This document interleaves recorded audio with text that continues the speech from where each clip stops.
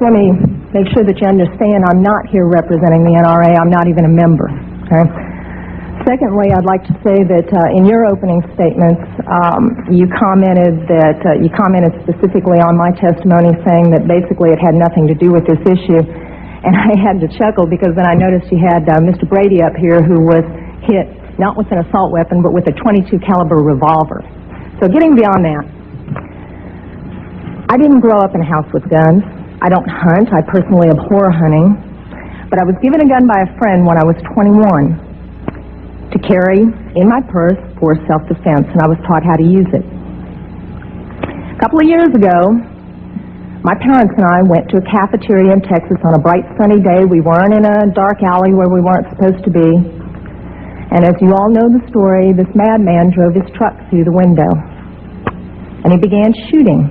Well, immediately, my father and I got down on the floor and put the table up in front of us. And this guy kept shooting. And you're thinking, what could it be? Is it a robbery? That's the first thing that generally comes to mind. And he keeps shooting. It took me a good 45 seconds to realize that this man wasn't there to commit a robbery. He wasn't there for a hit. He was there to simply shoot as many people as he possibly could. Now, I'd like to make something clear. I hear all this talk about how many bullets can go in a clip. I've been there. I can tell you it doesn't matter. It takes 1 second to switch out a clip. You can have 1 bullet or 100 bullets. It doesn't matter, guys. I've been there. He goes, dump, dump. Just like that. That's not enough time to rush a man. I promise you. When I finally realized what was occurring, I thought, I got him. And I reached for my purse. He was maybe 12 feet away. Is it possible my gun could have jammed? Sure. Is it possible I could have missed? Sure. But I can tell you I've hit much smaller targets at much greater distances. But then I realized that a couple of months earlier I had made the stupidest decision of my life.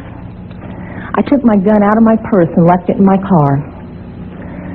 Because as you well know, in the state of Texas, it's sometimes a felony offense to carry a gun in your purse.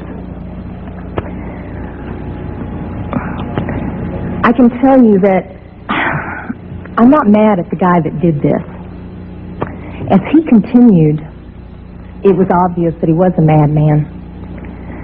My father, at that point, said, I've got to do something. I've got to do something. He's going to kill everybody in here, and he rushed the man. No way. The guy turned, shot him in the chest. He went down, was obviously mortally wounded. For whatever reason, that made the man change directions and go off to my left. Shortly thereafter, someone at the back of the restaurant broke out a window. When I saw what looked like an opportunity to escape, I turned around and I grabbed my mother by the shirt and I said, come on, we've got to run, we've got to get out of here.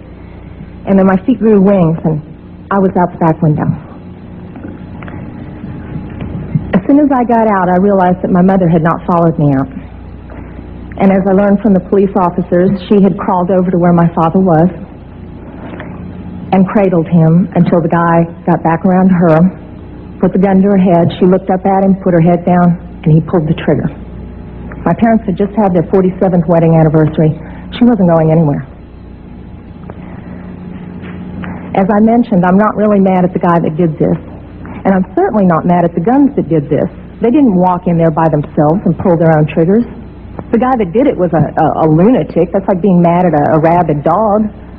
I'm mad at my legislators for legislating me out of the right to protect myself and my family. I would much rather be sitting in jail with a felony offense on my head and have my parents alive.